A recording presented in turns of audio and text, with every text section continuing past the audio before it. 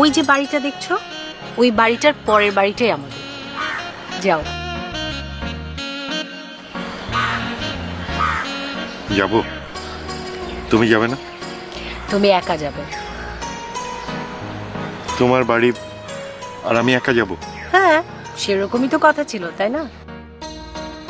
কথা তো ছিল, তারপরে ওখানে আমাকে কেউ চেনে না, আমি কাউকে চিনি না। কোনো ভয় নেই, কেউ মারবে না। আর বাবা এখন বাসায় নেই, মর্নিং ওয়াক সেরে বাসায় ফিরতে আরো ঘন্টা খানেক। সোজা গিয়ে দরজায় নক করবে। প্রথমে তো মার মুখোমুখি হব। দরজা খুলবে নিশা। নিশা? তোমার ছোট বোন? ও তো শুনেছি খুব। শালিদের যন্ত্রণা একটু সহ্য করতেই হয়, এতদিন তো আর শালির মুখোমুখি হওনি। যাও, দেরি করো না তো। কিন্তু তুমি কোথায় যাবে? তোমাদের বাসা আমি একা একা যাব, আর তুমি? আমার জন্য চিন্তা করো না তো, এই শহরটা আমাদের। এখানে আমার আরো অনেক আত্মীয় স্বজন আছে, আমি ওদেরই কারো বাসায় উঠবো। কেন মন খারাপ করছো? তুমি তো জানোই এখন আমার পক্ষে যাওয়া সম্ভব না। তুমি যাও, দেখো তুমি যখন আমাকে মনে করবে আমি ঠিক তোমার কাছে চলে আসবো।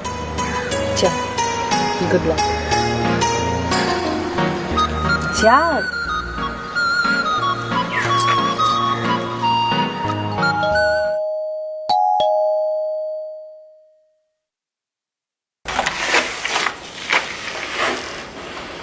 কাকে চাই? তুমি নিশা? আপনি কাকে চাচ্ছেন?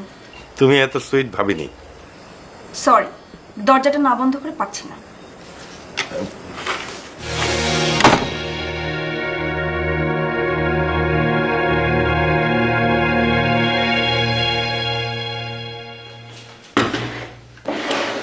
নিশা, একটু এদিকে আয় না। সকালবেলা এত কাজ কি একা করা যায় নাকি? সংসারে মেয়ে থাকলে মায়েদের কত সুবিধা হয়। আর আমার মেয়ে যদি এক গ্লাস পানি ঢেলে দিত।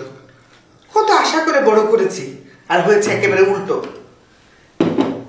একজন যাও একটু কাজ করতো, সেও তো এখন।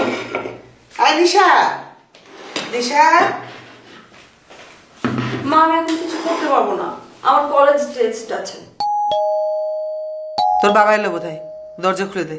বাবা আসার সময় তো এখনো হয়নি। আশ্চর্য, তারপরে দরজা খুলতে পারবি না? দেখছিস আমি ব্যস্ত। হ্যাঁ, আমি আবার গিয়ে কথা বলবো, তখন তো আবার তুমি রেগে যাবে। তার চেয়ে তুমিই যাও। কে এসেছে? পাশের বাড়ির ছেলেরা নাকি?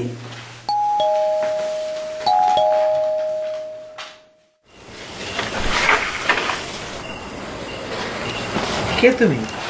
কি চাও? খালাম্মা, আমি যশোর থেকে এসেছি। যশোর থেকে? কার কাছে এসেছো? যে আপনাদের কাছে এসেছি। আমাদের কাছে? কেন? খালাম্মা, আমি আপনাদের এখানে কদিন থাকবো। এখানে থাকবে কেন?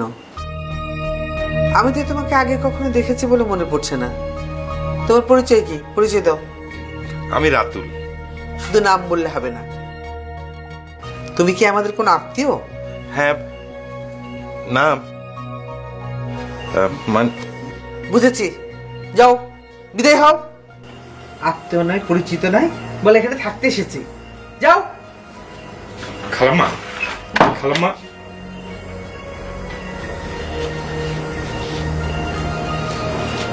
দুজনের কাছে ফেল করলাম, বাকি থাকলো শুধু একজন, শেষ ভরসা। কখন যে ফেরে তারও তো ঠিক নাই। ঠিক আছে, ওয়েট করি।